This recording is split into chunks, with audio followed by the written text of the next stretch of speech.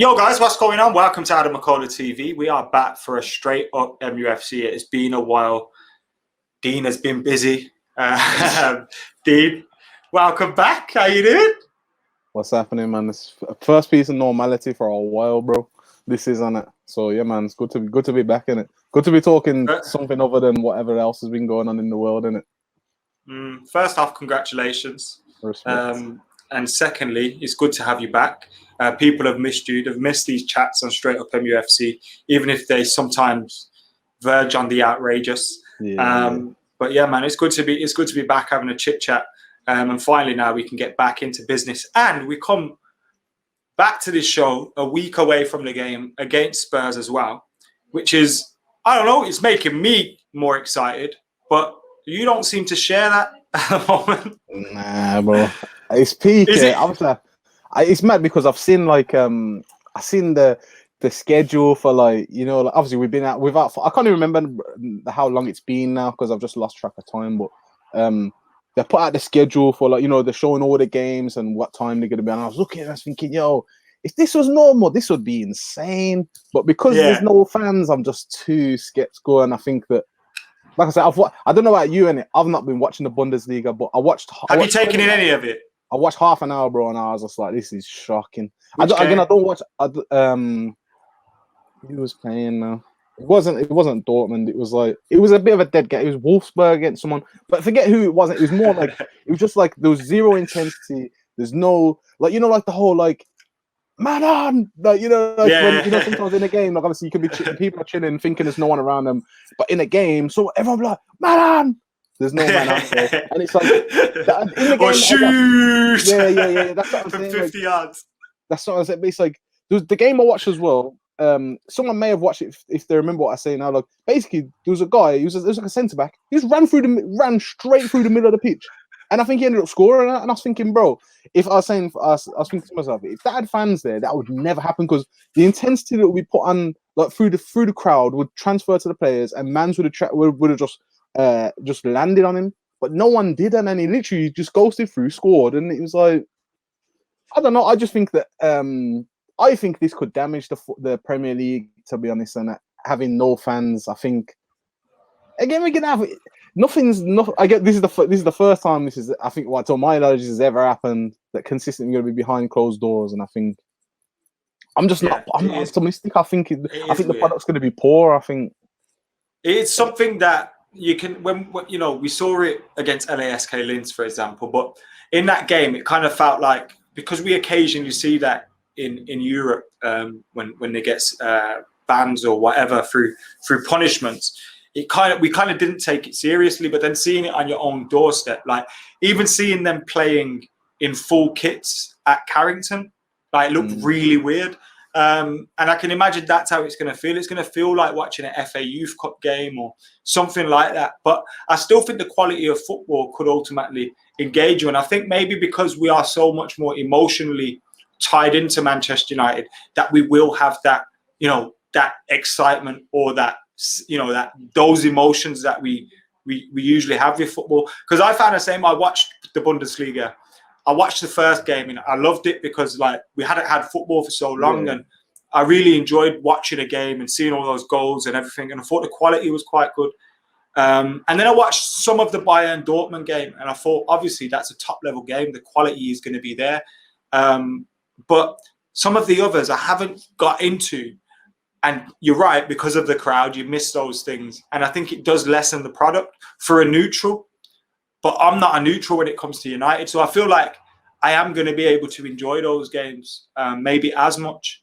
Obviously, not as much as being there, but as much as I normally would watching them on the telly. Although without fans, it's going to be weird. What did you make of the can noise that they've been using?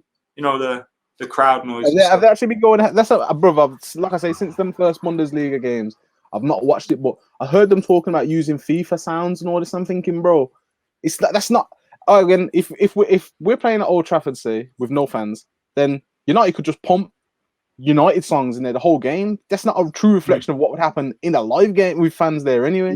So you can kind of manipulate to a situation where obviously it's canned noise, but to a situation where it's not even realistic because Like I say, you can't. I don't want to hear Liverpool play and then like they're beating songs off all game because that don't happen, bro. Happens on the Champions League night, and that's it. You know, it's like it doesn't happen every day in the Premiership, and I just think it's all cheesy. Like I say, I'd sooner rather. Like, it's not going to really happen, but it's just going to be like a game down the park, and where you got a couple of dads on the side, like, "One son," you know, like if like I don't know if like I do like the fact that you can hear things though, you know, like from the manager and stuff like that. Like you're maybe going to hear a little bit more, or players talking to each other on the field. Like I don't know how much of that novelty is going to wear off very quickly, but I think like you maybe might be able to learn a little bit more, and even tactically, you might see changes from a manager. And there's obviously 5 substitutes in there. Do you think that's going to affect anything? Bro, how can you continue a season when we're changing the rules? I know, again, obviously we're like these mad times, but you can't just say there's 5. You've now got 5 subs, bro. Think about it, yeah. Well, again, this will be a conversation probably for another day. Probably won't concern United. Well, maybe it would, but like for example, we're chasing Champions League now. So I tell you what, 5 subs now, bro. All we're gonna do is because we're chasing that, we're just gonna put extra strikers on the bench, and what we're gonna do is now like. We're just gonna put 5. I'm gonna put 5 attacking players on at the end of the game, like you know, like the last 20 minutes.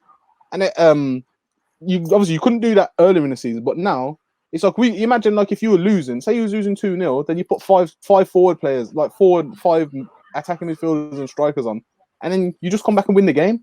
Yeah, but like, bro, at the start of the season, this could not happen because you couldn't substitute that many players on. I can understand the whole thing of like, the players ain't fit enough. If the players ain't fit enough, we shouldn't be starting when we are right now, innit? Like if they're not, I don't see how they can be match fit. To be honest, like I think, a while ago they were saying it was after 8 weeks, it's like this is the longest some of these players will ever have off in their careers. You know, like even when there's no international football during the summer, like they still have friendlies, etc. They'll never have an 8-week stretch of zero doing anything. You get me? So and not even training or keeping their mind busy, because obviously usually when you break and you have holiday, you're on break, like you're on holiday, like you switch off. They couldn't really. You can't switch off if you're thinking, is the league going to start in 2 weeks or 3 weeks or 4? You can never ever switch off. So it's a complete change for them. And I've kind of come around to why they have changed the rules. Although I agree with you that it's changed the game because it's not the same game no more. You can now, like you say, bring on more strikers, and you probably still got 2 subs left. And when you've gone in front, you can now bring on 2 defenders and shore it up. You could never have done that earlier in the season. So you can almost switch up and adapt 2-3 times in the game. And also now we're seeing that there's more football being played in a match when there's no fans there. Have you noticed that, like, the ball's in play a lot more?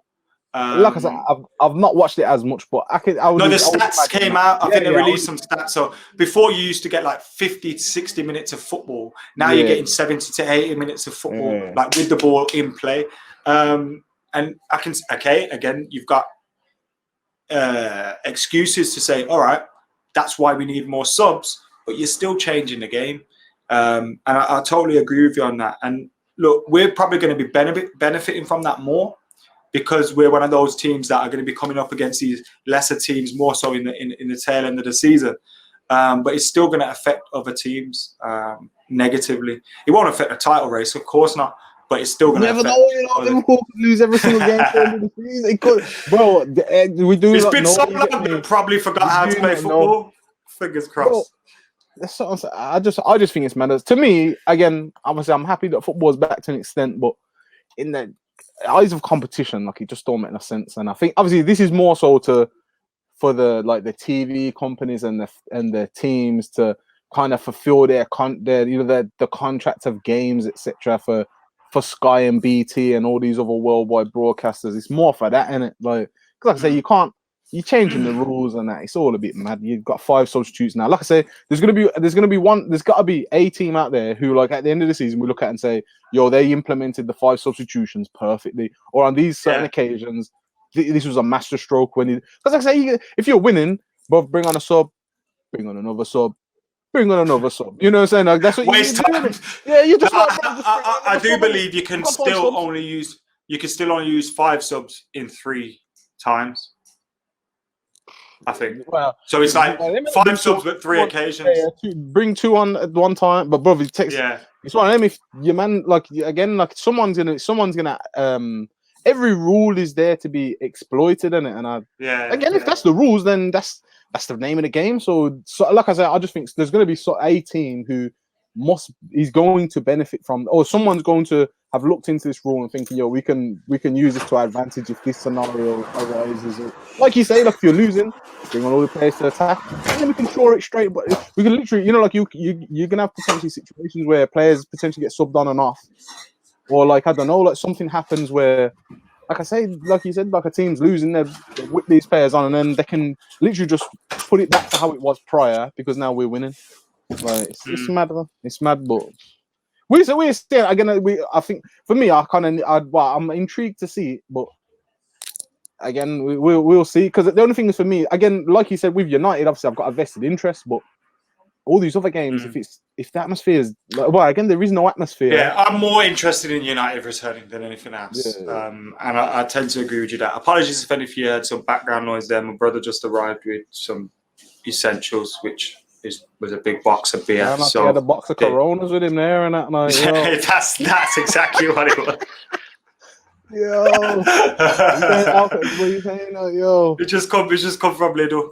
Everyone loves Lidl. So yeah, apologies for that, but nevertheless, yeah, we've obviously got. I'm excited for the United game anyway, even if Dean's not showing it himself. I am, but we're here today to talk about obviously who are our starting 11s for that game. Who do we think is going to start? Before we move on to that, I want to thank Jesse Gentry, and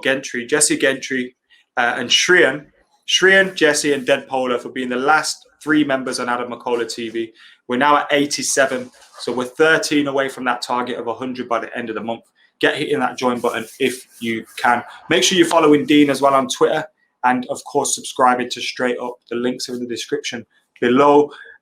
Dean, have you been thinking about this 11 of yours? Yeah. Is it easy? Still, I don't know, because this is a new. Without giving anything away, was it easy? Was it easy? It was in a sense. It's probably gonna be a bit controversial in terms of what I've probably previously said, but this is a new day. This is a new day. You get me? So, you know with all the restrictions. Are you already setting yourself up to contradict yourself? Potentially, but again, this is a new day. This is a new day. What I said before was based on a real world, like the normal world as we knew it. The world has changed in it. So now we've got 5 substitutions, and there's no fans in the stadium. So we need to entertain, and that's what my team has in mind, is to entertain, because there's no fans, and we need goals in it. So yeah, man. But I've got an idea. Like, what about you? Yeah, there's 1 or 2 positions where you think, and there was one particularly where I was really torn over. But we'll get into that as we move on. Right, who's in goal for you, Dean? And I think this is obvious because mine's probably going to be the same. So I just before I say this, I just wanted to clarify. I know we're in June, but Dean Henderson hasn't come back from Sheffield United. Yeah, that hasn't happened. No, because in the normal world, I'm sure he came back on June the 1st. But okay, all right, yeah. I've nailed down the goalkeeping position, and that's obviously, to no one's surprise, it's David De Gea. You get me? Yeah, I agree. There's no reason to change David De Gea's position. I even think in the long term, I know you alluded to Dean Henderson possibly, but even next season, if we had the possibility of bringing Dean back, I'd opt to go with De Gea and let Dean continue his development elsewhere. Not elsewhere at Sheffield United, because I think that's a good school for him. They're potentially going to be in Europe next season. They're doing well in the Premier League. Their manager seems to like him and knows what he's doing. And when you're settled, just let him be settled, especially at that young age. You don't want to bring him back to United and he's not getting minutes. But yeah, David De Gea is probably the first name on any team sheet. It's just so easy to do. I don't think there's any real concerns. Is there any concerns with De Gea? Do you have any? I know he's made a few mistakes, but... No. For me, it's obviously form's temporary, class is permanent, isn't it? So... And we had a lot of clean sheets recently as well. Yeah, I mean, I would back De Gea in it. Like, I was obviously it's a bit tongue in cheek about Henderson in it, but he's a good goalie in it. But again, if you can get him to keep him on loan next season, possibly at Sheffield United or a better team, he can only benefit United in the long run. But I'd go with De Gea. I'd go with De Gea all day. Therefore, right. You've gone with a back four, I assume. Yeah. Cool. Do you want to go first or second with your back four? I'll go first if we want, and so we're just naming them off the bat. Yeah, left back. Okay, Yeah. Name your full back four and then explain it if you want to, right. or if you feel you need to. Well, I'll do it half. I'll do it as I go in it. So left back, obviously, he was out of Williams or Shaw. Again, because we're in a prior, probably running up to this lockdown, I'd have probably put Williams in there, but I've gone with Shaw. Tell you the truth, I think he's got a lot of experience. He's a quality player. I think to be honest, again, like I'm not saying his game's massively impacted by fans, but if I'm a lot of this now, what I'm picking is based on in my mentality is if we had a game up the park and no one's watching and I had access to these players, this is what I'd pick. So I'd pick Luke Shaw left back over Brandon Williams. Right back is easy, Wan-Bissaka. Well, I'm assuming you've probably got similar, but I'd go Wan-Bissaka at right back. Centre backs, Maguire probably picks himself there. His partner for me, again, if this is again with no fans, with the football coming back, I'm going with Eric Bailly. I'd get rid of Lindelof, like decent player and that, but I'd get Bailly in there. Hopefully now there's no fans, you'll be able to hear certain instructions, so he won't do some wild things that he usually does. But I'd go with Bailly there. Like I said, Lindelof's all right, and I don't know if you've picked Lindelof, but Lindelof's decent. But I think looking forward, I think we have to be. What do you think? I actually agree that Bailly I feel is better than Lindelof, but why would you prefer to have Bailly in your team? Like, what do you think he's better at than Lindelof? He put his footwear, people won't put their head. His bravery, I think he's. I think strikers who come up against. If I was a striker, when I played, I was playing attacking. But if I was a striker, I knew who I'd rather play against out of Bailly and Lindelof, and it'd be Lindelof all day because I just think Lindelof's a lot easier to play against. I think, although he's tidy, so in possession you could argue we'd be a bit better. But I think as an opposition, I think you'd want. I think Dini mentioned it about Lindelof once as well. That's what I'm saying. Like, it's because, bro, he again, you just go stick it on him. Like, I can't remember what player was saying. I'm trying to think of the quotes of the player who was saying. There was one about. Well, it was to do with Van Dijk more so. I ain't gonna get into this whole debate, but I can't remember what player said it. But they were saying he's fortunate that he hasn't played in a time where there was Drogba's, your Costas, all these imposing strikers. Whereas now the strikers are a bit different, and he's probably made to look a lot better than he is. And with that in mind, like I said, I'd go with Bailly because like I said, I've been skeptical of Lindelof. Why Luke Shaw over Brandon Williams? Is there a tactical reason for that? To me, he's a better defender. I think sometimes, again, this is just my opinion, but I think sometimes, like Brandon Williams for me feeds a lot off the crowd's energy. Like where he smash certain players, and I think it's like because he knows, like, I can get a vibe from the crowd. I don't like this geezer, so I'm going to smash him. But McTominay does this all day. You get me? Like he does he smashes man because he knows it's going to get him a roar from the crowd because a certain player's getting on everyone's nerves or no one's getting close enough to his player to put a foot in, so he just smashes them, and he obviously gets a rise from the crowd. But because there's no crowd, those things you do don't have any bearing on the game because again it probably makes you grow in stature in yourself. But because there's no fans, it don't really matter. So like I say, I think Shaw's a better defender than, without question, a better defender than him. Going forward, you could argue that Brandon Williams, I think. One sec, Dean, can you just is it in my beard and that? Yeah, it just rattles every now and then. Yeah, rest it on your beard again. Yeah, since this lockdown beard, you get me. It may see me if anyone watches WWE, you may see me in the Wyatt family soon. You get me. But yeah, Shaw. I think the only question is who's better going forward. But Shaw, I think he's more tidier going forward. But I think think Shaw's better going forward, bro? I think so. It is definitely in terms of not going forward. See, he's better on the ball.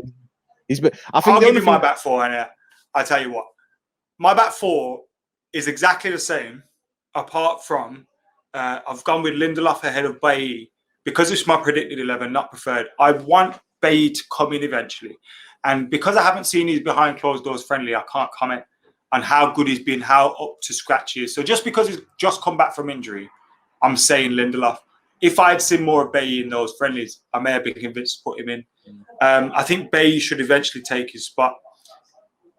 Luke Shaw, I've picked him because I feel he's better defensively than Brandon Williams. I don't think he's better going forward, though, bro. No, I think no chance is he better going forward. I think that Brandon Williams has got more enthusiasm to go forward, and he's more fearless in a sense. But I think some of that comes from the fact that he's not as great defensively. So I think when he gambles going forward, but you're leaving holes behind. But again, I don't think I think also you're not a great defender. So I think you're more gamble the chance going forward. But Shaw on the ball is better for me. I think, like I say, I think Williams is more enthusiastic about going forward and puts pressure on to go forward. I think he's just better going forward. I think you look at the penalty he won, the goals he scored. I know Luke Shaw scored 2 goals in a friendly or something, but I just feel he has a lot more going forward. That's why I picked Shaw, because I think defensively Brandon Williams is very raw, and that's probably why he is better going forward. The case, you should have picked Brandon, especially with no fans. We need more goals, man. So but Luke Shaw, but we're playing Spurs as well. Yeah, we have to respect what Spurs have, don't we? It doesn't really matter, innit? Like, I don't. Like I said, I'd go with Shaw, and I don't think Shaw is as washed up as people suggest he is. And again, he's had we were seeing it. He's had 8 weeks, bro. I just hope he ain't. I hope he hasn't been doing what I've been doing for 8 weeks to get me. So I hope he's trying he looks fit anyway. He looks match fit. I'd go with him. Like I said, if this was picking a game to play up the park, and I'd pick Shaw all day for me. Okay. So yeah. Okay. What have you gone with in midfield? All right. I'm just gonna put this disclaimer out there. Yeah, I previously did say that. Is it a midfield 3 or 4? Well, I've gone with a midfield 3. Like, so I've gone with. I'll tell you, I've gone with initially. I've gone with Fred and Pogba to hold. They're big. We're gonna get Pogba back. Obviously, Pogba, to my knowledge, is fit. So Pogba and Fred are gonna be at the base of this little triangle. And then previously, I have said obviously Bruno Fernandes probably wouldn't play in the midfield 3, because I said previously before that I would play Fred, Pogba, and McTominay. However, we've got no fans no more. You get me? We've got no fans, so we need some goals, you get me? We need entertainment, so we're going to play Fernandes there. So we're going to play Pogba, Fred, and Bruno as the midfield 3. And we're going to just go and get at them, innit? Like I say... Why Fred or Bruno over Matic or McTominay? Matic or McTominay? For me, yeah, this is an unknown. This is kind of an unknown commodity as to what team's gonna look good in these scenarios. Because again, I don't think it's literally gonna be like as we've kind of come into this break where Liverpool were the best team, then City, then I don't think it's gonna work like that, because some teams won't be able to play. They won't have the same. I don't think they'll be able to produce the same performances without the fans, because I think fans are massively important. Like you mentioned Sheffield United, for example. I think again, it's been so long since I've watched football, but to my recollection, a lot of their points came at home, for example, where they had home advantage. There is no home advantage no more. So if you don't have home advantage, or like these places what were seen as horrible to go to before, no longer are horrible to go to now because there's no one there. And then what you're perceived. I remember being a kid, yeah, and this is going slightly off topic, but I remember they kept talking about the home team advantage. I used to think that, what's this home team advantage? As soon as I went to a game, yeah, I realized what the home advantage was. And I just think now, taking away that home team, like no team has home advantage at all. There's no disadvantage being the away team.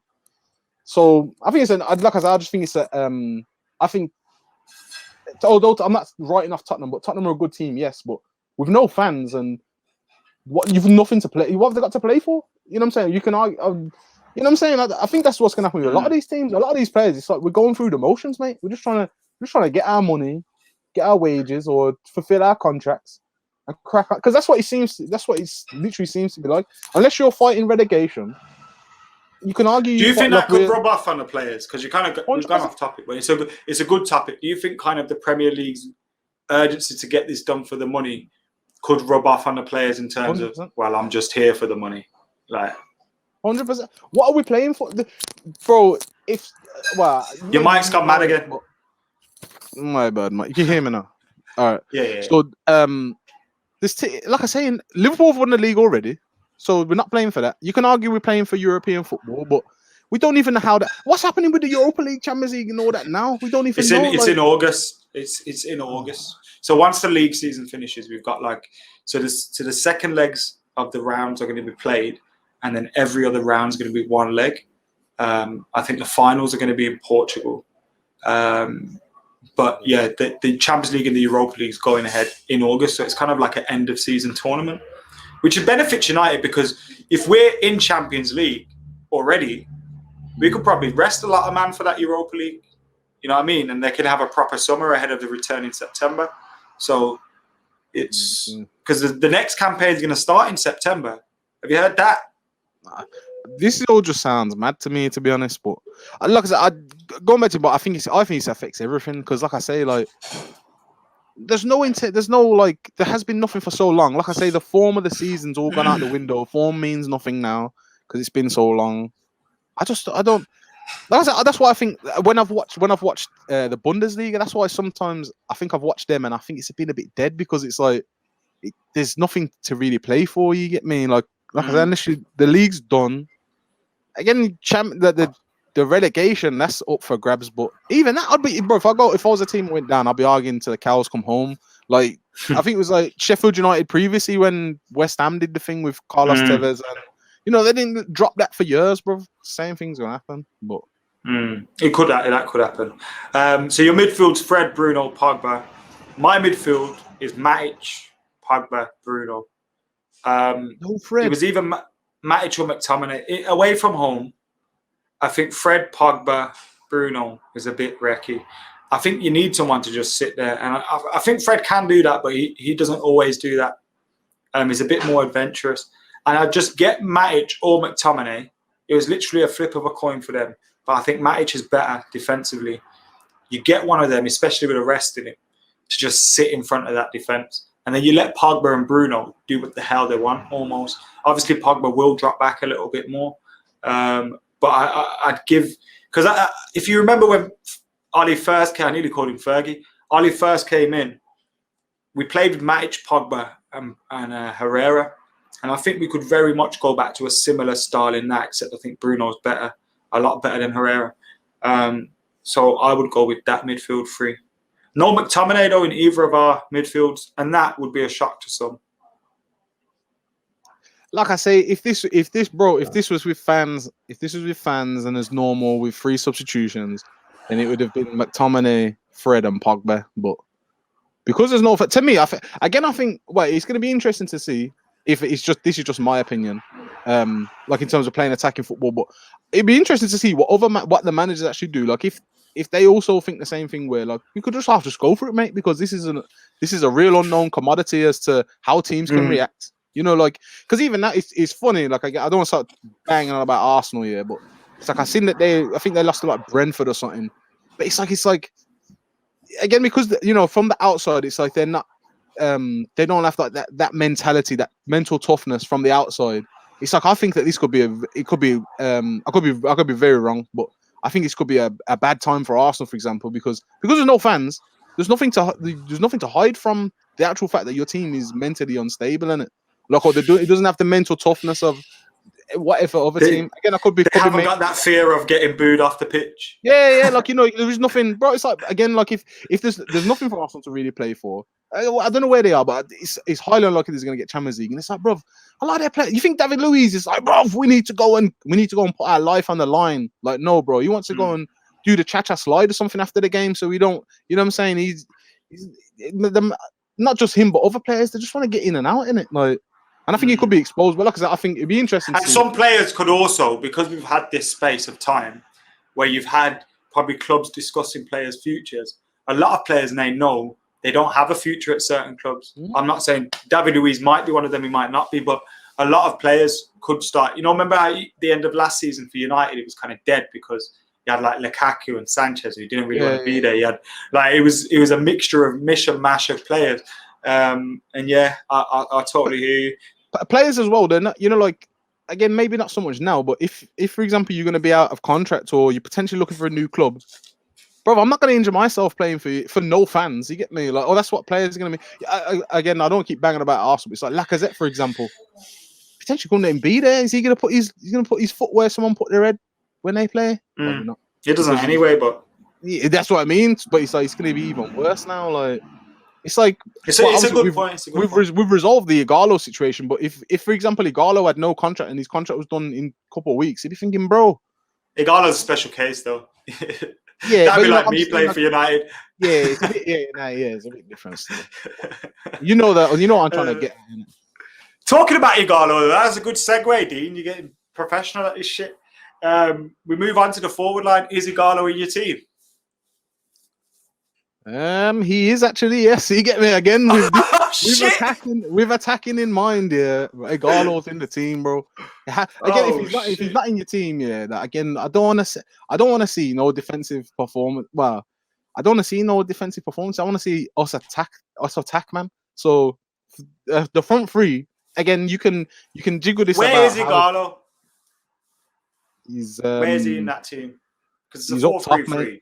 Yeah, so 4-3-3. But again, you can change these around. These are gonna intertwine, and again, but I was thinking with this. Obviously, Spurs have got quite a physical centre back line, so you could put Martial up top, but I think you just mix between him and Igalo. Just have them keep drifting from the right to the centre between Igalo and Martial. But that's who I'd be going with. I'll be going Igalo, Martial, Rashford. Rashford obviously predominantly coming in from the left. I would initially put Igalo up top as the centre forward. However, I would just keep intertwining them all. Like I would just let them all keep freely moving about. Similar with what Pogba and Bruno. If the team was picked as I have, I would let them interchange as well. Like I'd want all the players to basically just be fluid with each other. Pause.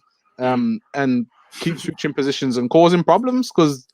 Again, I think the onus needs to be on attacking because again we don't know how teams reacting to this with no fans and the lack of intensity, and like I say, I think it's a good chance to potentially try and expose it, and I'd just rather try that with attacking someone as opposed to like I say, picking a more defensive lineup and then you being susceptible to that.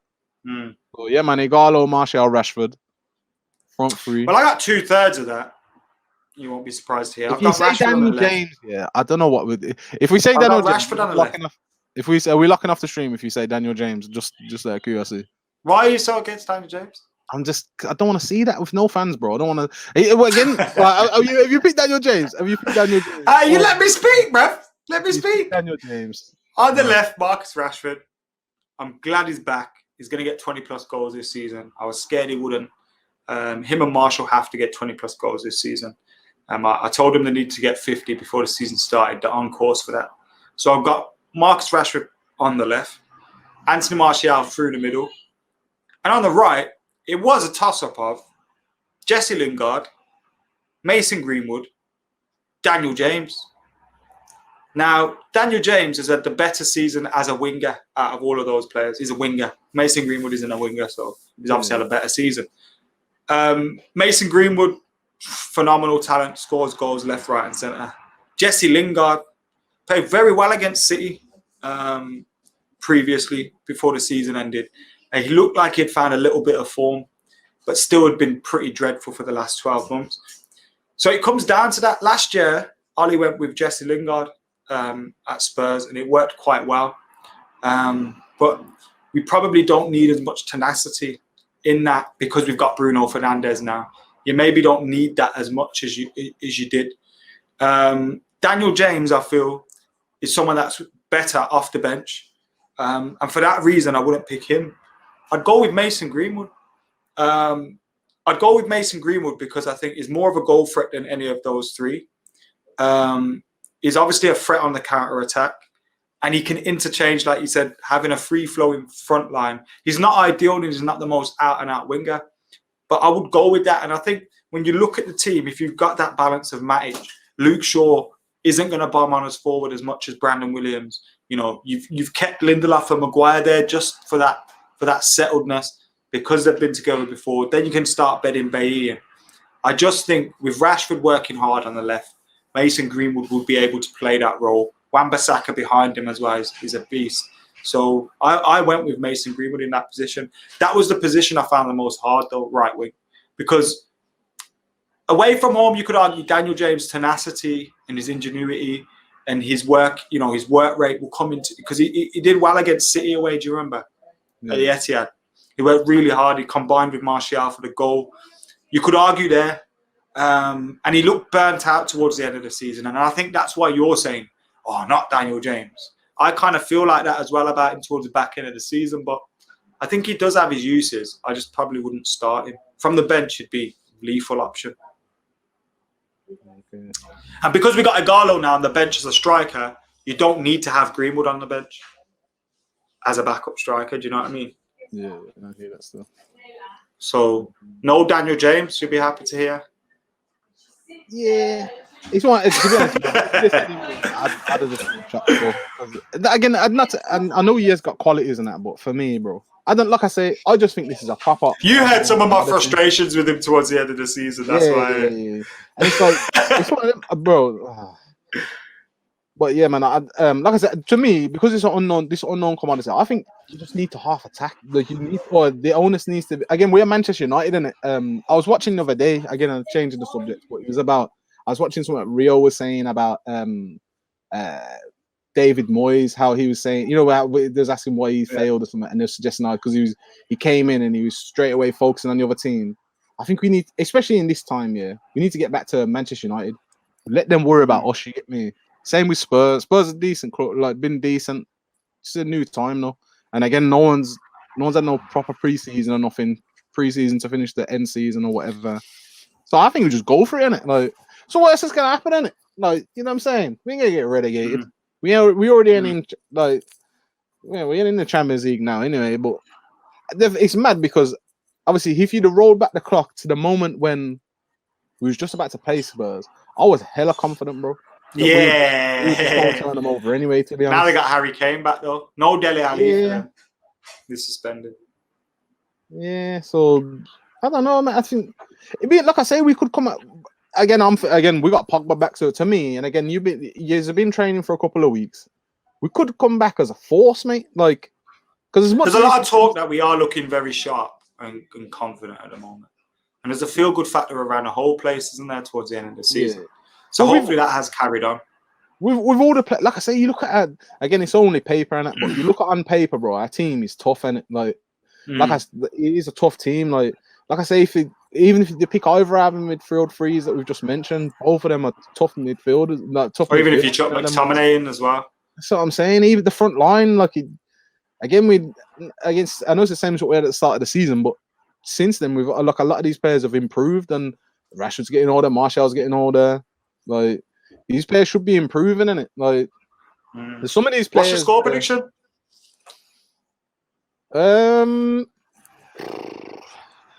I haven't thought about this, you get me, but I'm trying to keep with this theme of this being an unknown commodity, you get me. So I reckon it could be about it could be about 6-3, you know.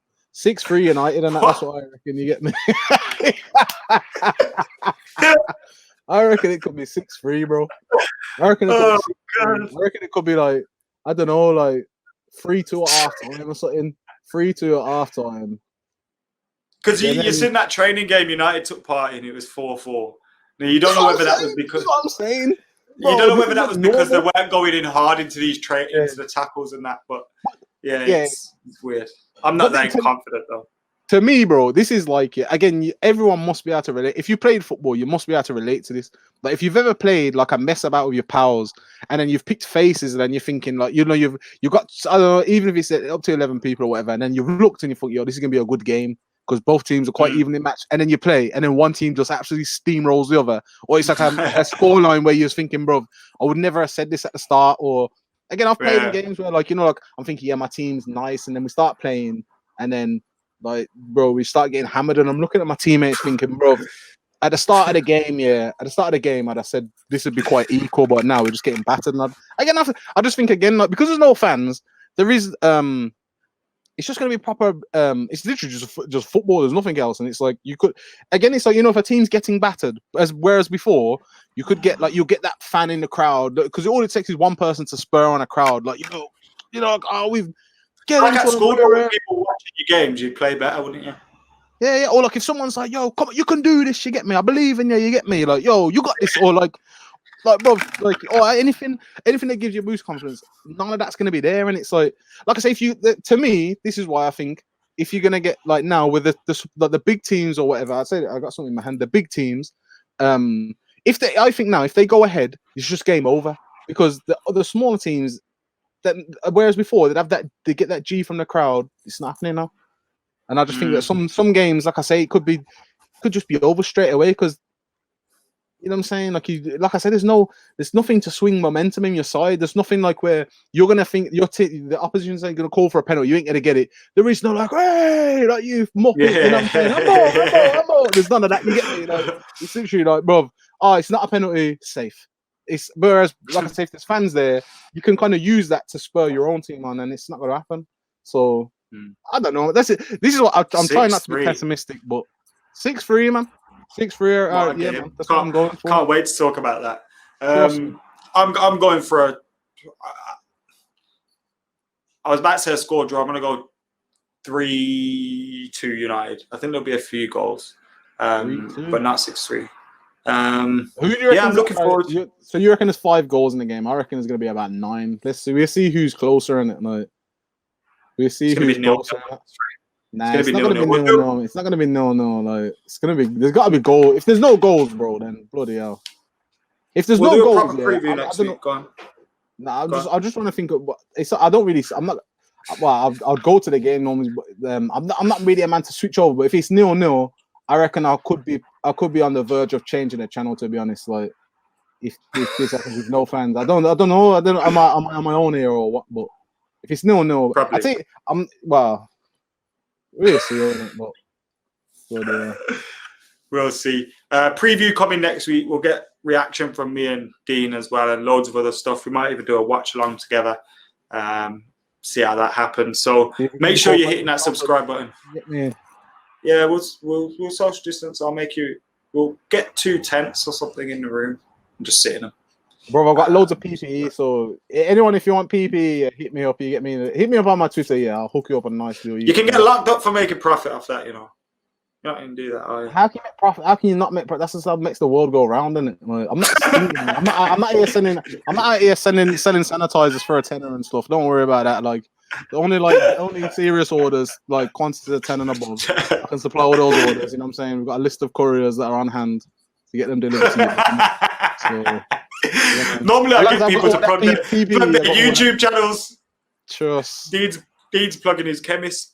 Yeah, make sure you subscribe to Straight Up. Follow Dean on Twitter at Straight Up D as well. Hang on, I can get that up on the screen. We have to start. We just have to do it over here, bro. That's what, because this has actually been quite jokes. You get me? I have actually missed this a bit. You get me? So need some. Yeah, well, this show is going to be regular. We'll do something like this for Straight Up next week as well. We can maybe do a Premier League preview next week for Straight Up. Should we do that on Monday?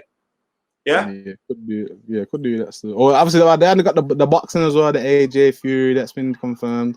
It's definitely not been confirmed, but that's what I was thinking. That's another conversation. I'm sure Eddie Hearn we both got to win our fights. We got to agree on a venue. We got to agree on this and that. Yeah, you ain't agreed shit. So yeah, guys, make sure you subscribe, follow Dean on Twitter, join if you can, like those guys that I mentioned earlier in the show who were actually, where's that picture gone? There it is. Jesse, Shriyan, and Dead Polar, and everyone else and the rest of the gang. Thank you for joining. It's been another Straight Up MUFC. We are back here every single Friday. There probably won't be one next Friday because it's a match day. But we will get something from myself and Dean out next week. So make sure you're keeping it locked for that. Like, comment, share, and subscribe. And for now, I've been Adam. It's been Dean. Any final words, Dean? Yo, I'm trying to stay positive in it. So be positive in it. Like, yo, trust me. Be positive. Be the change you want to see in the world in it. Let's go in it. good stuff in a bit.